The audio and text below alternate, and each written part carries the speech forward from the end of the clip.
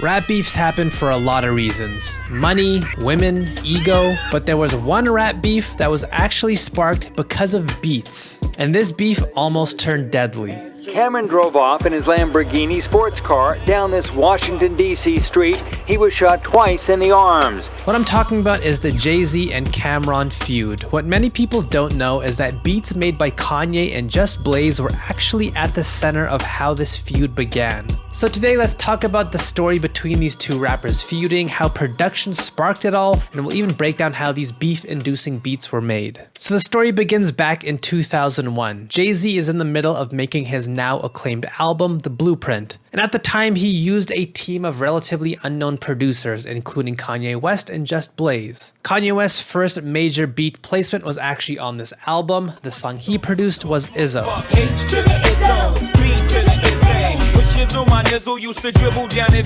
Now here is Kanye West's retelling of how this song came to be. I was like, yo, I got one beat to play, I gotta play you this beat, I gotta play you this beat. So I put it on, they just started bobbing his head to it. Like, let me give you one of them looks like,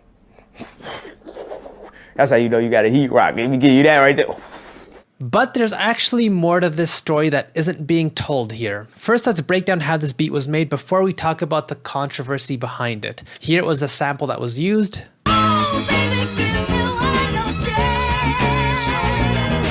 The sample first gets pitched down and then chopped up like so.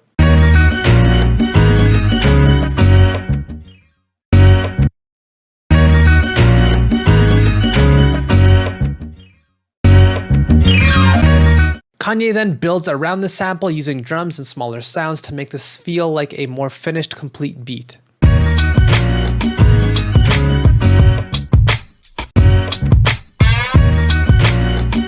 What I find interesting about this beat is that there are pockets within it where the sample stops playing, but the beat still sounds full.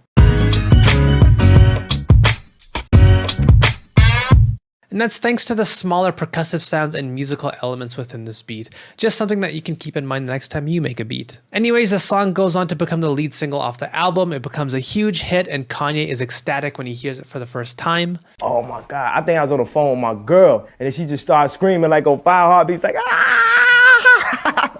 But there's one person who isn't really happy about all this, and that's Cameron. Here's why. I had a real attitude with him because before I got the Rockefeller, he can play beats for me, and he played this beat for me.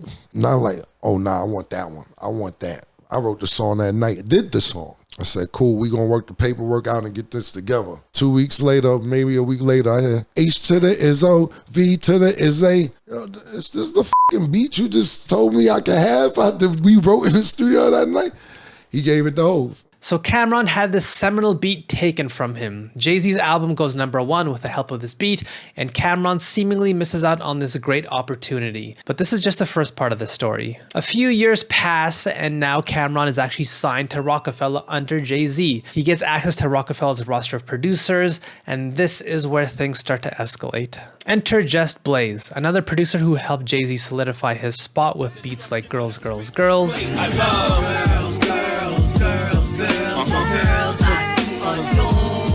And song Cry. I can't see him coming down my eyes, so I gotta make the song cry. Now at this time, Jay-Z was taking time off because he just finished recording The Blueprint 2, so Just Blaze was making beats for whatever the next project may be, and he grabs this sample here. Time on my hands since you've been away, boy. And he makes a beat out of it. He pitches the sample up like so. Time on my hands since you've been away, boy. Then from here, he makes a ton of chops to the sample and creates this really impressive loop. Boy, boy, boys, oh boy, boy.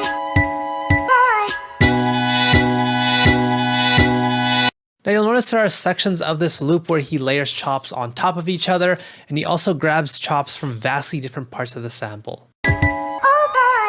Overall, there's just an impressive amount of detail here. Just Blaze adds drums on top of this sample, as well as a xylophone and a bass, and the beat is finished.